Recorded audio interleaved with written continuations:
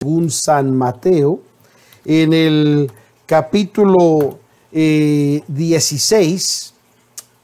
Gloria sea al Señor.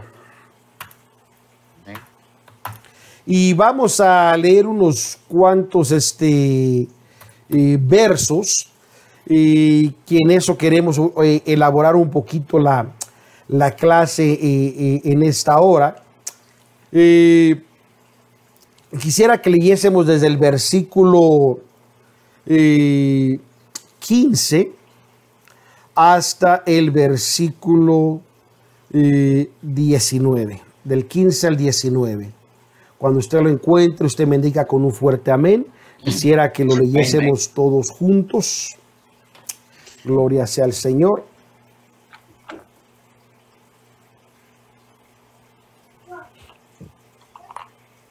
Amén. Gloria a Dios. Bendito Dios. Y la palabra del Señor sea en el nombre poderoso de Cristo Jesús. Él les dice: ¿y vosotros quién decís que soy? Y respondiendo Simón Pedro dijo: tú eres el Cristo, el Hijo del Dios viviente. Entonces respondiendo Jesús le dijo: bienaventurado eres, Simón, hijo de Jonás, porque no te lo reveló carne ni sangre, mas mi Padre que está en los cielos. Mas yo también te digo que tú eres Pedro, y sobre esta piedra edificaré mi iglesia, y las puertas del infierno prevalecerán contra ella.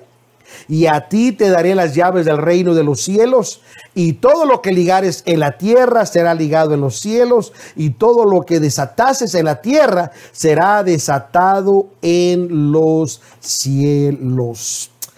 Y esto pues nos conlleva precisamente a esta parte que queremos titularle la piedra y el fundamento de la iglesia. Y hoy leímos esta escritura porque grande ha sido la controversia, lamentablemente a través de los años, respecto a lo que Cristo quiso decir cuando Él dijo: y sobre esta piedra edificaré mi iglesia, sinónimo propio que es solo de Él. ¿Qué cosa era esa piedra? Sabemos, por ejemplo, que la Iglesia Católica, ellos usan esta escritura para decir que esta fue el momento donde Cristo estableció la iglesia, y posteriormente a Pedro lo puso como el primer papa. Pero sabemos que esto no es lo que está diciendo la escritura ni dice la Biblia. Así que queremos explorar qué cosa era esa piedra. Y queremos repasar brevemente la conversación que precedió a esta declaración de nuestro Señor Jesucristo. Como acabamos de leer, Pedro, en contestación a la pregunta de Jesús respecto a su identidad, recuerda que le preguntó: ¿y vosotros quién decís que sois? Respondió Pedro y dijo que Jesús era el Cristo, el Mesías, el que había de venir. En otras palabras, el Hijo de Dios. Entonces Jesús hizo la declaración que carne y sangre no habían revelado su divinidad a Pedro, sino que esta revelación vino directamente de Dios. Como leímos, Jesús continuó diciendo: mas yo también te digo que tú eres Pedro, y sobre esta piedra edificaré mi iglesia. Lo que Pedro había declarado, en otras palabras, fue: yo sé quién eres tú, y tú eres el Hijo de Dios. Y Cristo respondió: y yo sé quién eres tú. Y sobre este entendimiento mutuo que estamos teniendo en este momento, el cual ha venido por medio de revelación divina, aleluya, edificaré, voy a construir, levantaré mi iglesia. ¿Acaso no es obvio el que la piedra sobre la cual Cristo iba a edificar su iglesia era el hecho de que había llegado a un perfecto entendimiento? Aleluya. Y que por esto habían venido a través de esta inspiración divina. Esa es la pregunta. La iglesia fue edificada sobre la piedra del mutuo entendimiento entre Cristo y sus discípulos. Cristo, hablando de la iglesia y el perfecto entendimiento que existe entre él y su cuerpo, yo soy el buen pastor. ¿Se recuerdan Juan capítulo 10, verso 14 y verso 15? Es más, ¿quién lo puede leer? Juan capítulo 10, verso 14 y 15. Queremos entender a profundidad esta palabra.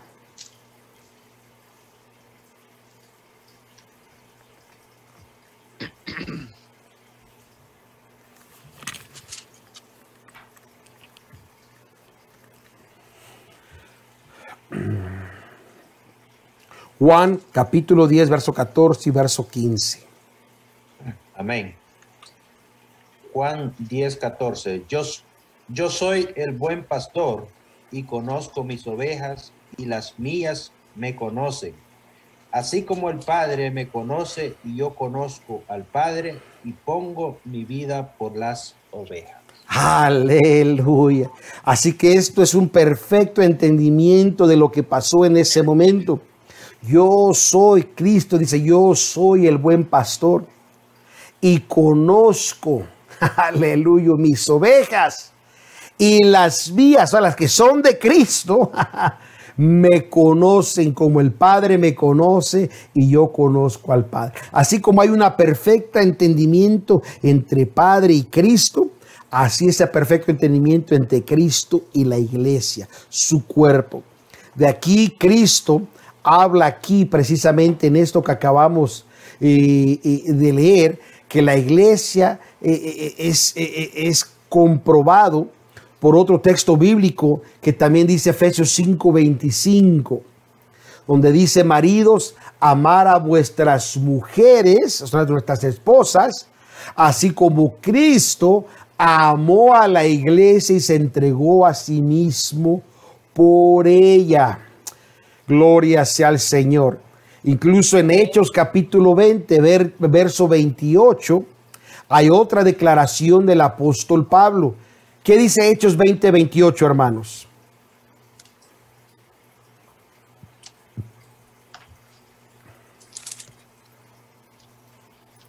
Dice Hechos 20, 28. Por tanto, mirad por vosotros y por todo el rebaño en que el Espíritu Santo os ha puesto por obispos, para apacentar la iglesia del Señor, la cual Él ganó por su propia sangre. Aleluya. Así que Pablo habla de la iglesia del Señor, la iglesia de Dios, la cual ganó por su sangre. Si dividimos estos textos correctamente, entonces tendremos claro que Cristo estaba diciendo que Él, ese entendimiento era esa piedra. Entonces, si esta es la piedra sobre la cual la iglesia está edificada, esta es una pregunta. ¿Cómo puede esto concordar con el pasaje bíblico que se encuentra en Efesios 2:20? ¿Alguien me puede ayudar? Efesios 2:20.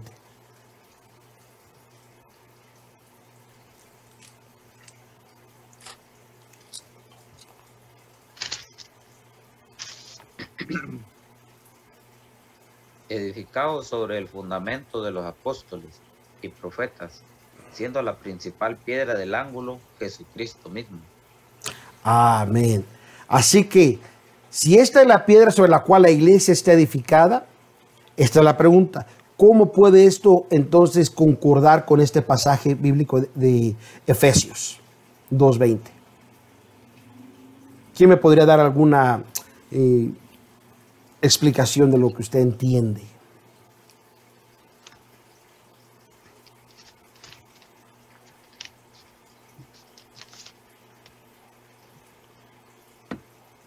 Recuerde, no hay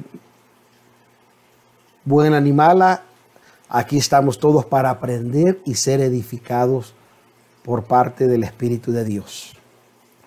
Así que no tenga pena.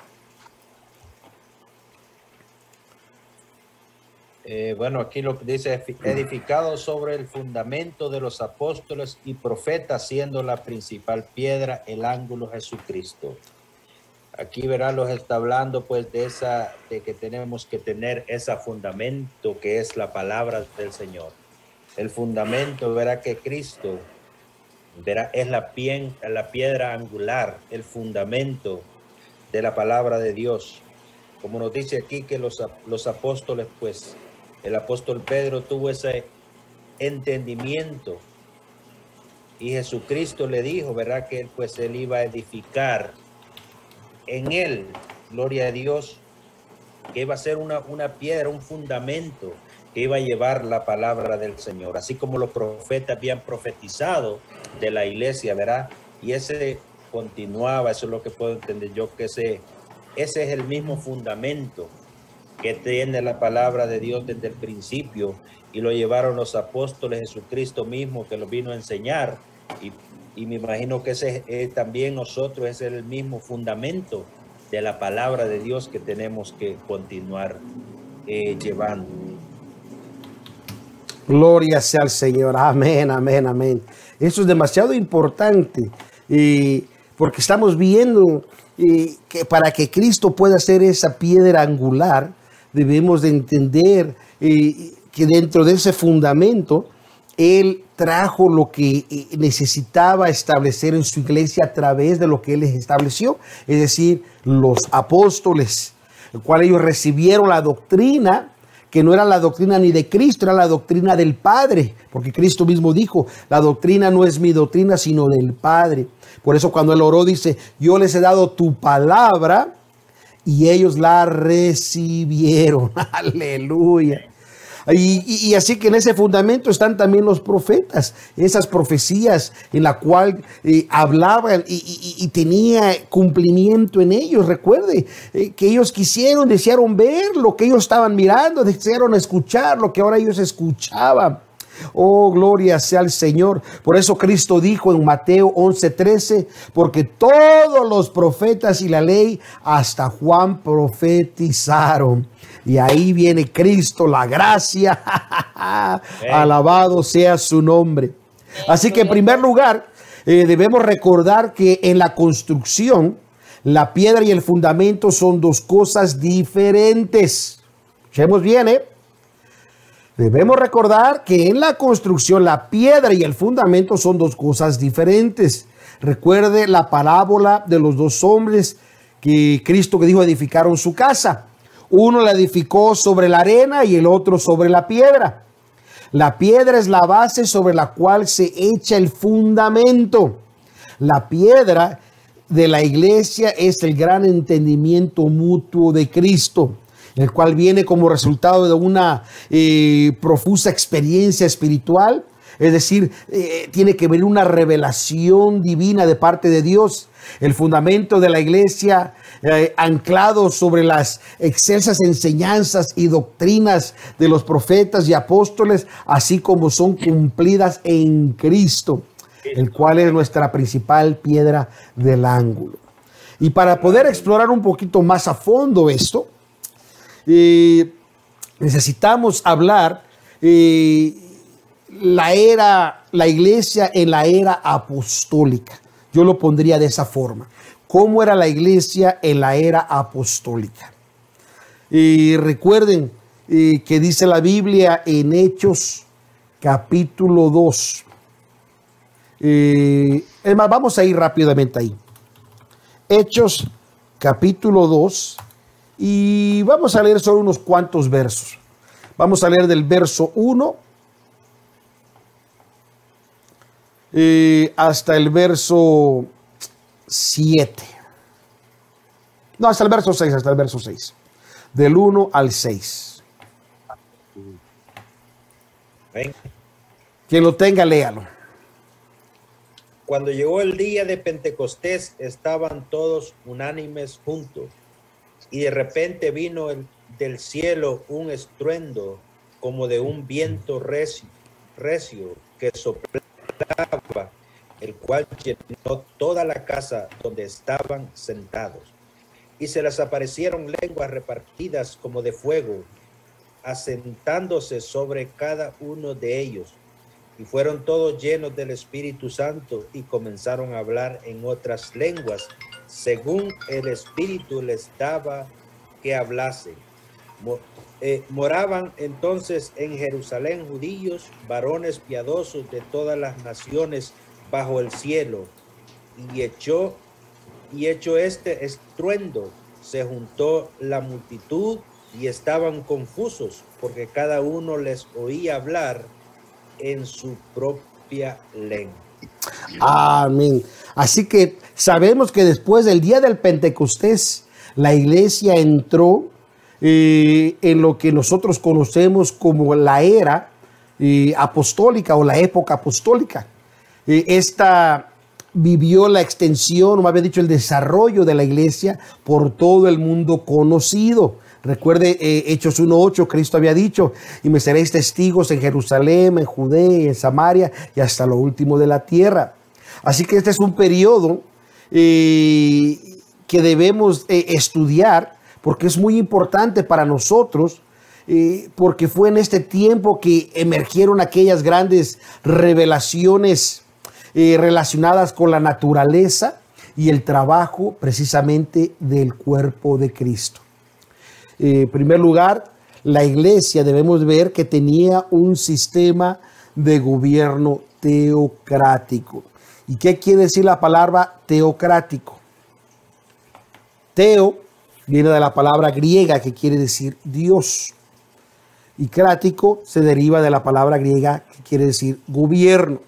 Así que cuando decimos que tiene un sistema de gobierno teocrático, estamos diciendo bajo la inmediata dirección de Dios. Así, Dios es el que está rigiendo. Y la iglesia primitiva delineó el dechado, es decir, el patrón para nosotros, para lo que nosotros hoy en día sostenemos. Recuerde, la iglesia de Dios no es una iglesia nueva, una iglesia más, sino es la continuación de esa iglesia primitiva. Por lo tanto, debe de tener los mismos principios que había en la iglesia primitiva. Uno de ellos, o número uno, es que solamente había una iglesia. En el tiempo apostólico solamente había una sola iglesia. Número dos, la iglesia tenía, digamos de esta forma, un cuartel general, el cual estaba localizado en Jerusalén, donde se dirigían los asuntos generales para toda la iglesia. Cuando Samaria recibió la palabra a través de Felipe, de Jerusalén mandaron a Pedro y a Juan. Cuando Pablo recibía las ofrendas, dice que mandaba las benevolencias a Jerusalén. Cuando Pablo regresó a Jerusalén, inmediatamente se reportó a los ancianos y a Santiago, que él funcionaba como el pastor principal, el supervisor general. Así que este patrón estamos entendiendo correctamente. Cuando hubo la primera asamblea que se encuentra en Hechos capítulo 15 fue en Jerusalén, y de ahí se hicieron cartas a cual Pablo y Bernabé estaban encargados de ir a llevar a cada una de las iglesias. Usted lo lee ahí al final del capítulo 15, como también al principio del capítulo 16 del libro de los Hechos. Número 3, tenía una asamblea general. Este es el patrón bíblico que encontramos. Una vez más voy a repetirlo. Número 1, solamente había una sola iglesia. Número 2, la iglesia tenía un cuartel general localizado en Jerusalén. De ahí se dirigían todos los asuntos generales para toda la iglesia. Y número 3, tenían una sola asamblea general. No una asamblea en Jerusalén, y allá en Alejandría tal vez otra, y allá en Éfeso otra. No, una sola, y de ahí se distribuía toda la información. De esto podemos ver que los apóstoles fueron los primeros líderes de la iglesia. Si usted lee cuidadosamente Hechos capítulo 4, verso 35 y Hechos capítulo 6, verso del 2 al 6. Es más, vamos a ver rápidamente. ¿Qué dice Hechos 4, 35, hermano Williams? Y de ahí le voy a pedir a nuestro hermano José que nos busque Hechos capítulo 6, verso del 3 al 6. Y de ahí le voy a pedir al pastor Jorge, Hechos capítulo 15, y ahorita le digo el el verso. ¿Qué verso? Creo que es el 28, pero ahorita le digo. Ok, así que cuando lo tenga, empieza, hermano Williams. Amén. 4:35 de hecho, ¿verdad? Sí, sí, sí. Amén. Y lo ponían a los pies de los apóstoles y se repartía a cada uno según su necesidad. Amén. Así que léalo una vez más. Y lo ponían a los pies de los apóstoles y se repartía a cada uno según su necesidad. Así que con este verso podemos ver que los apóstoles estaban funcionando como una autoridad, por eso lo traían a ellos. ¿Y qué dice Hechos capítulo 6, verso del 3 al 6? Dice, buscad pues, hermanos, de entre vosotros a 7 varones de buen testimonio, llenos de Espíritu Santo, de sabiduría, a quienes encargaremos de este trabajo, y vosotros perseguiremos en la oración y en el ministerio de la palabra, agradado las propuestas a toda la multitud. Eligieron a Esteban, varón lleno de fe y del Espíritu Santo, a Felipe, a Procoro, a Nicanor, Timón y Parmena, y a Nicolás, preselito de Antioquía, a las cuales presentaron ante los apóstoles, quienes orando les impusieron la mano. Amén. Gloria sea al Señor. Así que podemos ver aquí los apóstoles ahora delegando responsabilidad. Y Hechos capítulo 15, Pastor Jorge, verso 28. Amén. Porque ha parecido bien al Espíritu Santo y a nosotros no imponeros ninguna carga, más estas cosas necesarias. Amén. Pero vamos a leer un poquito desde más hacia atrás. Digamos verso 25. Amén. No, el verso 25 al 28. Amén. Nos ha parecido bien, habiendo llegado a un acuerdo, elegir varones y enviarlos a vosotros con nuestros amados Bernabé y Pablo, hombres que han expuesto su vida por el nombre de nuestro Señor Jesucristo. Así que enviamos a Judas y a Silas, los cuales también de palabra os harán saber lo mismo, porque ha parecido bien al Espíritu Santo y a nosotros no imponeros ninguna carga, más que estas cosas necesarias. Gloria sea al Señor. Así que en estas escrituras que acabamos de leer, podemos ver que en primer lugar los apóstoles fueron los primeros líderes de la iglesia. Número 2, pudimos ver que 7 varones fueron escogidos para administrar las necesidades temporales. Número 3, varios años después se convocó una asamblea para resolver la pregunta, o más bien dicho, el asunto de la circuncisión. Y en este mismo capítulo podemos ver que Santiago era aparentemente el supervisor general, ya que él moderó la asamblea y transmitió las decisiones de la misma. A esta asamblea asistieron delegados de las iglesias de los judíos, y de los gentiles. Usted lo puede leer desde el capítulo 1 hasta el capítulo 31 para que tenga mejor entendimiento. Gloria sea al Señor. Con esto también podemos ver que la iglesia primitiva no solamente tiene un solo sistema de gobierno teocrático, también la iglesia puso el fundamento para la iglesia de hoy, es decir, para lo que hoy tenemos. Porque la iglesia primitiva usó la ley y los profetas como base bíblica y descubrió en el Antiguo Testamento qué cosas se requieren a la iglesia de Jesucristo. Como pudimos ver, un sinnúmero de referencias en el Nuevo Testamento muestran esta declaración. También podemos ver que los apóstoles legaron el Nuevo Testamento como nuestra regla de fe y práctica, gobierno y disciplina. Y esto es tan importante porque cartas fueron llevadas a las iglesias, y esas cartas que fueron llevadas tenían autoridad para que la iglesia pudiese recibirlas. Si usted lee el mismo capítulo 15, en las partes hasta abajo, usted encuentra que Pablo y Bernabé se fueron a cierta área llevando los acuerdos de asamblea, pero también podemos ver que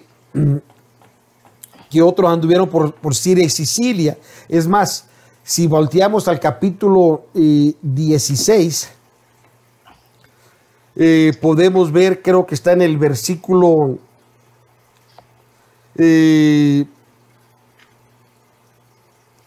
versículo 5, no, versículo 4 y versículo 5. Amén. Versículo 4. Y el verso 4. Y al pasar por las ciudades les entregaban las ordenanzas que habían acordado los apóstoles y los ancianos que estaban en Jerusalén para que las guardasen.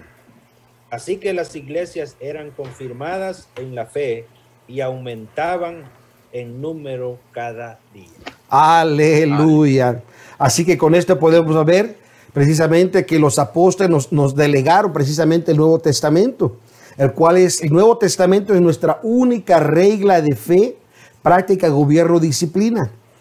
Estos hombres de Dios escribieron bajo la inspiración del Espíritu Santo. Recuerde, el Nuevo Testamento interpreta el Antiguo Testamento, no el Antiguo Testamento interpreta el Nuevo.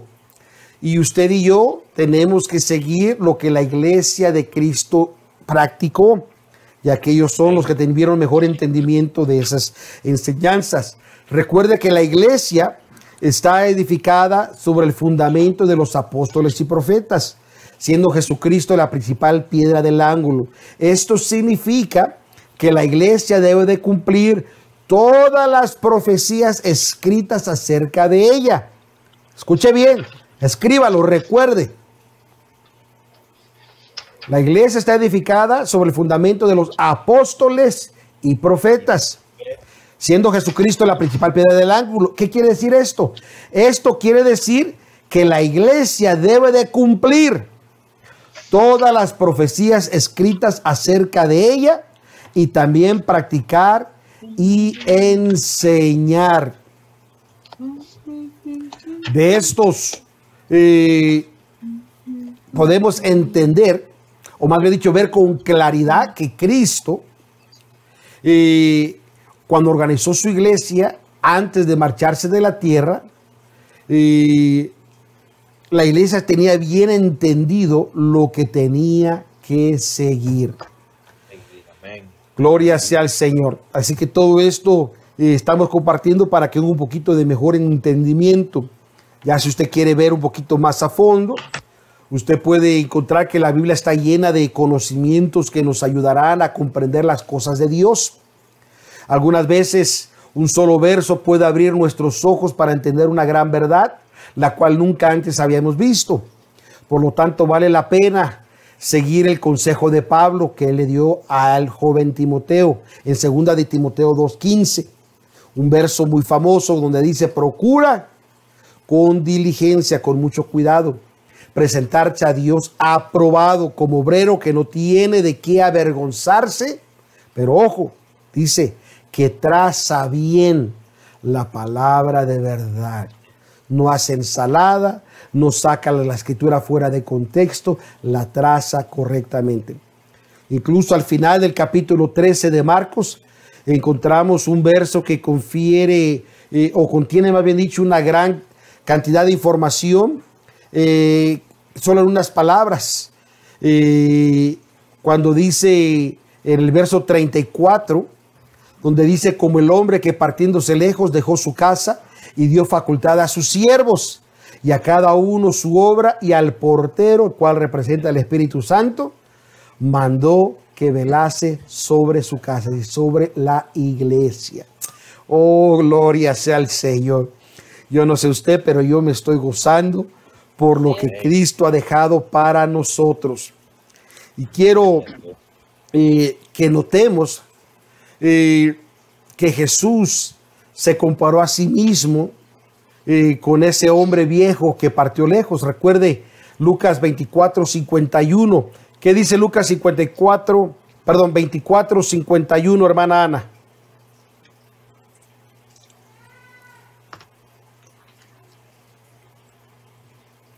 Lucas 24:51.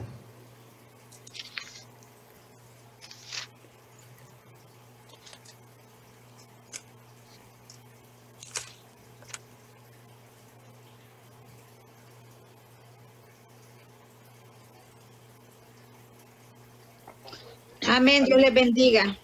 Amén. Dice, y aconteció que bendiciéndolos, se separó de ellos y se fue llevando arriba al cielo.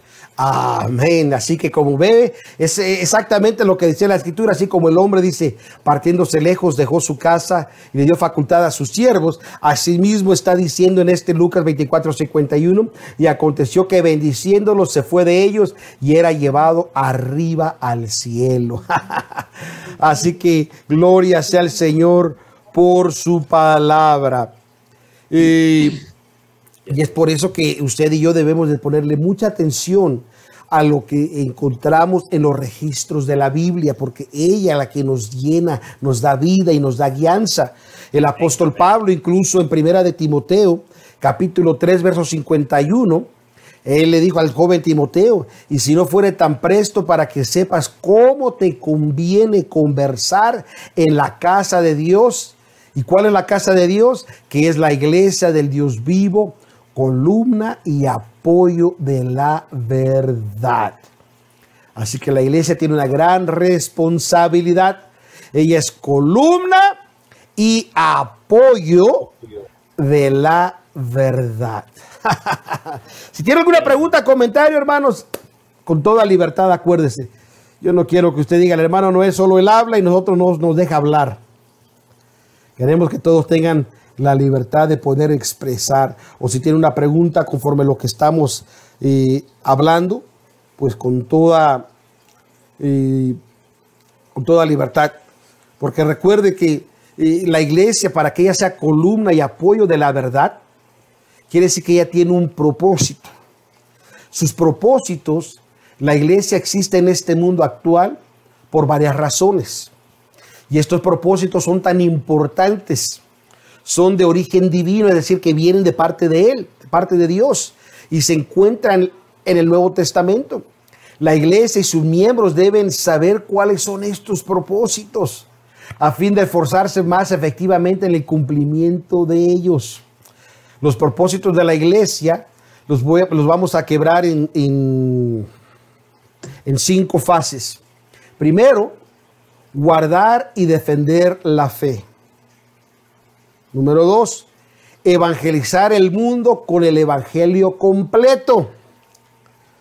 Número 3, de reunir a todos los hijos de Dios en un cuerpo. Número 4, proveer los medios de perfección para los santos. Y número 5, proveer un gobierno para el milenio. Quiero que mediten estas 5 cosas que acabamos de hablar. Ya se me acabó el tiempo, yo sé que ya se acabó la hora. No quiero sobrecansarlos y sobrecargarlos. Mucha información a veces no se retiene en la mente. Pero el guardar y defender la fe del evangelio ha sido encomendada exclusivamente ¿a quién? A la iglesia. No ha sido encomendada a nadie, solo a la iglesia. Así que la responsabilidad de la iglesia es de guardar y defender la fe. Descansa sobre los miembros de la iglesia.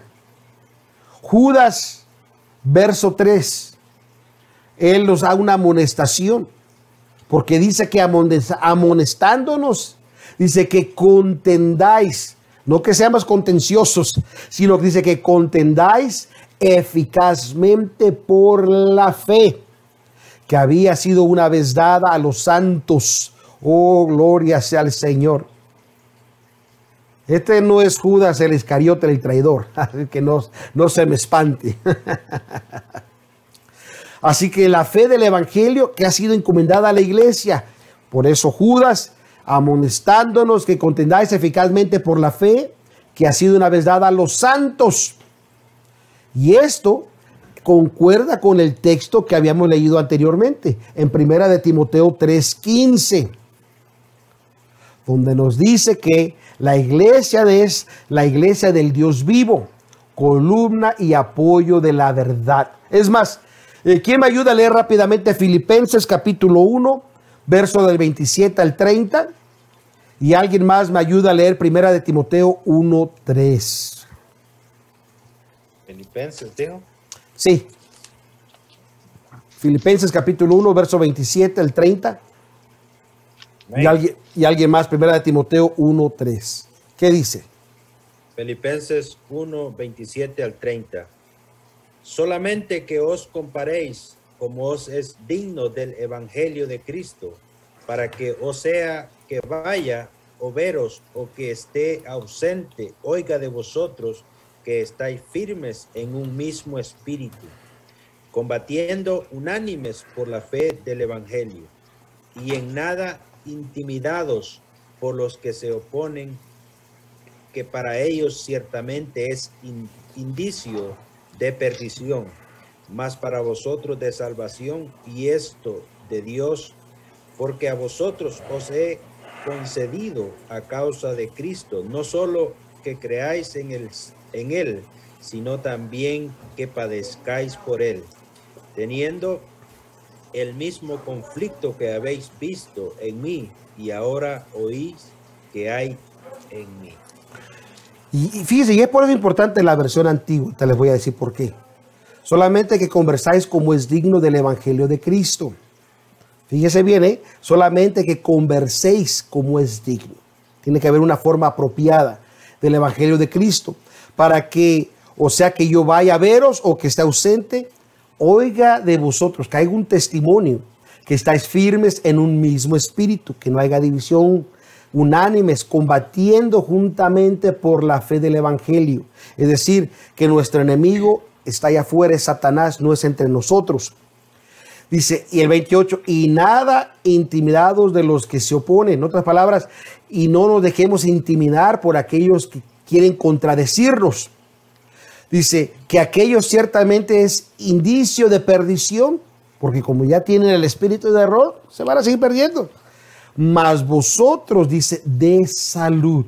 Yo sé que la versión 1960 dice salvación, pero cuando el traductor usó la palabra salud, y esto es tan hermoso, porque tan rico en el idioma español y especialmente en la versión antigua, salud está hablando tal y como es, viene de no estar enfermo, estar saludable, estar en un buen estado. Por eso que me gusta más importante que solo decir la palabra salvación. No, dice, mas vosotros estáis de salud. Es decir, estamos sanos espiritualmente en un buen estado para poder hablar y defender la palabra. Y este buen estado de salud es de Dios. Gloria sea al Señor, porque a vosotros es concedido por Cristo, no solamente que creáis en Él, sino también que padezcáis por Él, teniendo el mismo conflicto que habéis visto en mí y ahora oís estar en mí. Gloria sea al Señor. ¿Y qué dice la siguiente escritura? 1 Timoteo 1:3. Como te rogué que te quedases en Efeso cuando fui a Macedonia, para que mandases a algunos que no enseñen diferente doctrina. Fíjese bien las palabras cuidadosas del apóstol Pablo. Como te rogué que te quedases en Éfeso cuando partí para Macedonia, para que requirieres a algunos que no enseñen diversas doctrinas, porque esas son las que enferman. Por eso que la iglesia tiene que guardar y defender la fe. Gloria sea al Señor. El deber de la iglesia es guardar la fe pura e inalterada y defenderla de todos sus enemigos. Uno de los aspectos de guardar y defender la fe es el escudriñar la ley de Dios y ponerla en práctica dentro de la iglesia. La restauración total de la doctrina del Nuevo Testamento y sus principios gubernamentales. Gloria sea al Señor. Habíamos dicho que número 2 era evangelizar el mundo con el evangelio completo. Además de guardar y defender la fe, el deber y obligación de la iglesia es el de extender el evangelio. El mundo no será evangelizado completamente, aun cuando todos sus habitantes sean alcanzados por las iglesias denominacionales, hasta que el evangelio completo sea predicado a cada criatura. Recuerde que dice Mateo 24:14.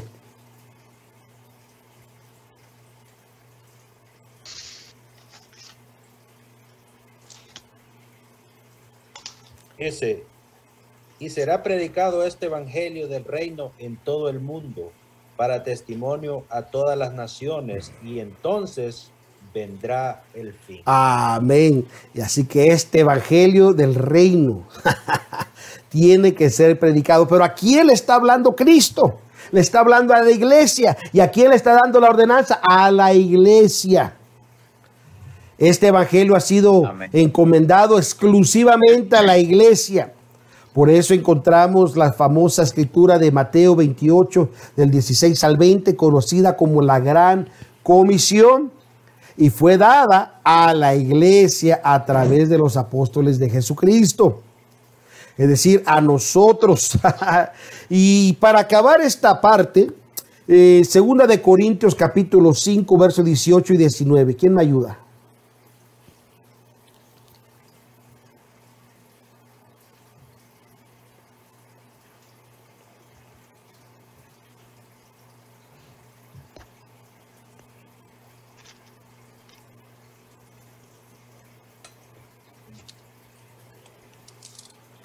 Segunda de Corintios capítulo 5, verso 18 y verso 19.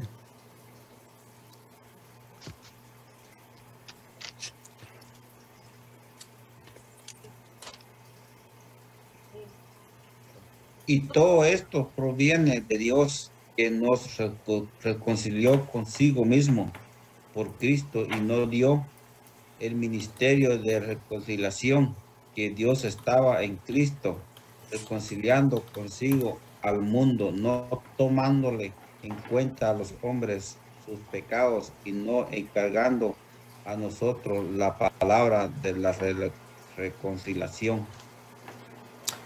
Gloria sea al Señor. No nos encomendamos pues otra vez a vosotros, si nos damos ocasión. Aleluya. Lo que la Escritura nos está diciendo en segunda de Corintios capítulo 5, en el verso 18 y 19, y todo esto es de Dios, el cual se nos reconcilió así por Cristo y nos dio el misterio de la reconciliación. ¿A quién le dio el misterio de la reconciliación? Esa es la pregunta a usted que yo le hago ahorita. ¿A quién le dio el misterio de la reconciliación? No, nosotros. ¿Quiénes son nosotros? Que uno predica la palabra. No. ¿A quién es ¿para quién es la carta? A la iglesia. Si usted lee el capítulo 1 del 2 de Corintios, dice a la iglesia de Dios que está en ¿qué? En Corintios. ¿Para quién es entonces esto? Para la iglesia. Hermano, pero una pregunta acá, Mateo 24:14. Él mandó que la iglesia predicara, pero la iglesia no somos nosotros entonces que predicamos la palabra, los pastores o los que andan predicando afuera. No todo el que predica es el cuerpo de Cristo ni la iglesia. Sí, Esto es algo muy importante. Si recuerdas, estuvimos hablando en una de las clases la diferencia entre estar en el reino de Dios y estar en el cuerpo de Dios, en la iglesia de Cristo. Son dos cosas muy distintas. Y no quiero tomar mucho tiempo en esto, pero hay una gran diferencia entre ser miembro de la iglesia de Dios y una gran diferencia entre simplemente ser salvo. ¿Cómo viene a ser uno salvo? Se recuerda, hablamos extensamente concerniente a Juan capítulo 3. Salvo del pecado, ¿no? Verso del 1 al verso 8. Se recuerda cuando vino Nicodemo. ¿Y qué le dijo él? Que era necesario nacer de nuevo para ver y entrar en el reino de Dios. Así que la única forma de entrar en el reino de Dios es nacer de nuevo. Pero a la iglesia, conforme leemos Hechos 2:41, y los que recibieron su palabra, es decir, fueron salvos, entraron al reino, fueron bautizados y se añadieron a ellos. Hay una forma de añadir, hay un proceso. Dice, se añadieron a ellos como 3,000 personas. Amén. Y esto es tan importante porque cuando usted lee Efesios capítulo 5, verso del 25 al 32, usted encuentra un diálogo que está haciendo el apóstol Pablo concerniente a un matrimonio. Dice, así como, dice, maridos, ama a tu esposa, así como Cristo amó a la iglesia y se entregó a sí mismo para limpiarla, dice, con el báculo del agua y presentársela así una iglesia gloriosa, sin manchas, sin arruga, ni cosas semejantes. Y empieza a dar un diálogo. Pero y después dice que para ser una sola carne tiene que haber un matrimonio. Dice, por eso dejará el hombre a su padre y a su madre, si llegará a su mujer, y los dos serán en una sola carne. Pero el siguiente verso dice, grande es este misterio, porque no todos entienden que al casarse nos convertimos en uno. Por eso no hay divorcio. Dice, mas digo yo esto respecto a Cristo y la iglesia. ¿Cómo se casa una persona?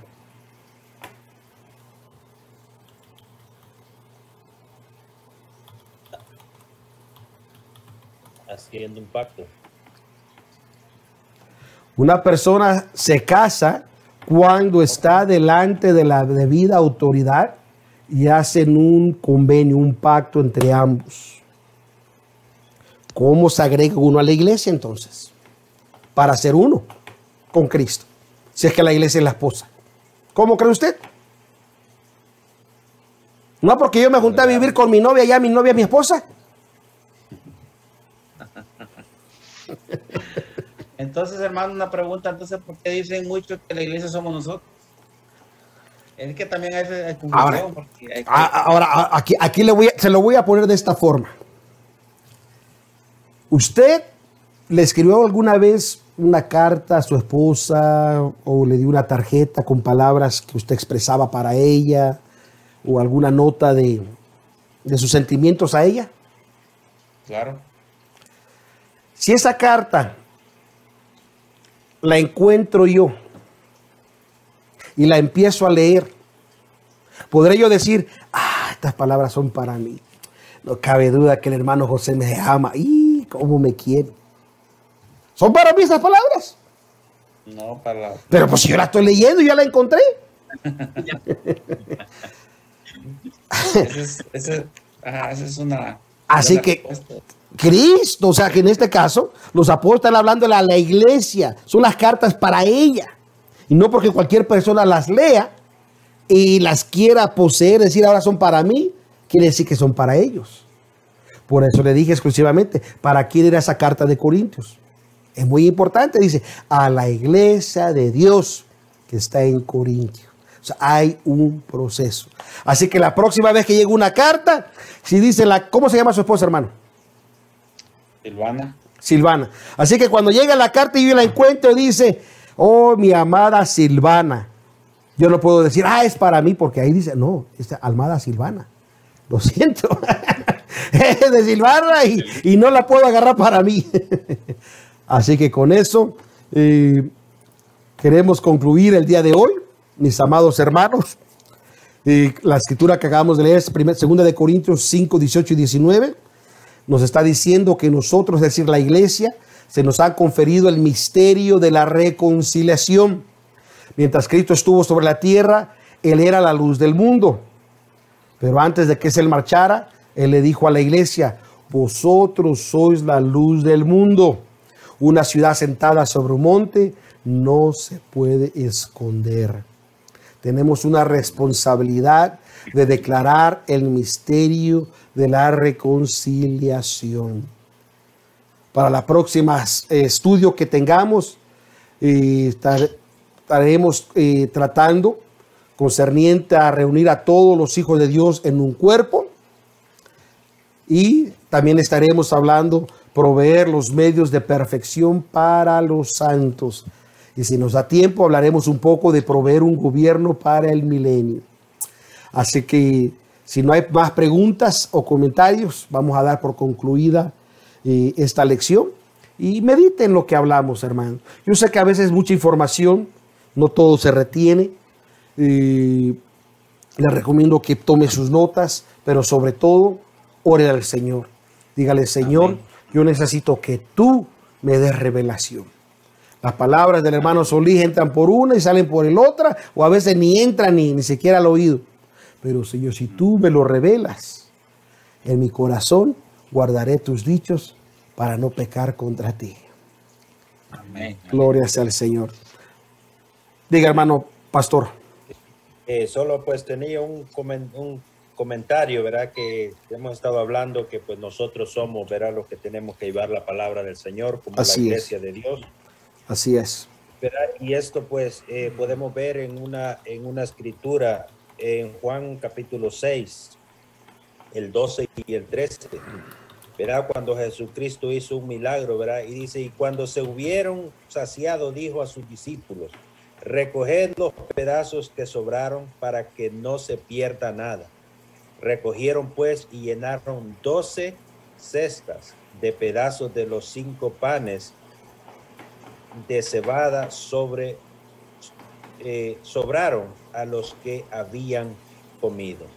Vemos ahí, ¿verdad?, una hermosa enseñanza que pues cada uno de sus apóstoles tenía que llevar su cesta, ¿verdad?, de pan, que es el pan de vida, que es también el trabajo de nosotros, que tenemos que llevar también la palabra del Señor, porque había tanta multitud, había tanta gente en ese lugar, pero ¿cómo fue que solamente sobraron 12 cestas, ¿verdad?, 12 canastas llenas de pan? Porque eran los apóstoles que tenían que llevar ese mensaje, ese pan de vida para la humanidad. Así también, ¿verdad?, eso es para nosotros en este tiempo, como usted estaba hablando, pues que no cualquiera va a llevar este mensaje, sino que solamente, ¿verdad?, el que ha tenido la revelación de Dios, el que conoce, ¿verdad?, de la palabra de Dios, que Dios le ha dado esa revelación divina, somos los encargados de llevar este evangelio a todo el mundo. Amén y amén y amén. Así es, mis amados hermanos, la iglesia tiene una gran responsabilidad, y mientras ella entienda su responsabilidad, podrá entonces hacer lo que ella tiene que hacer.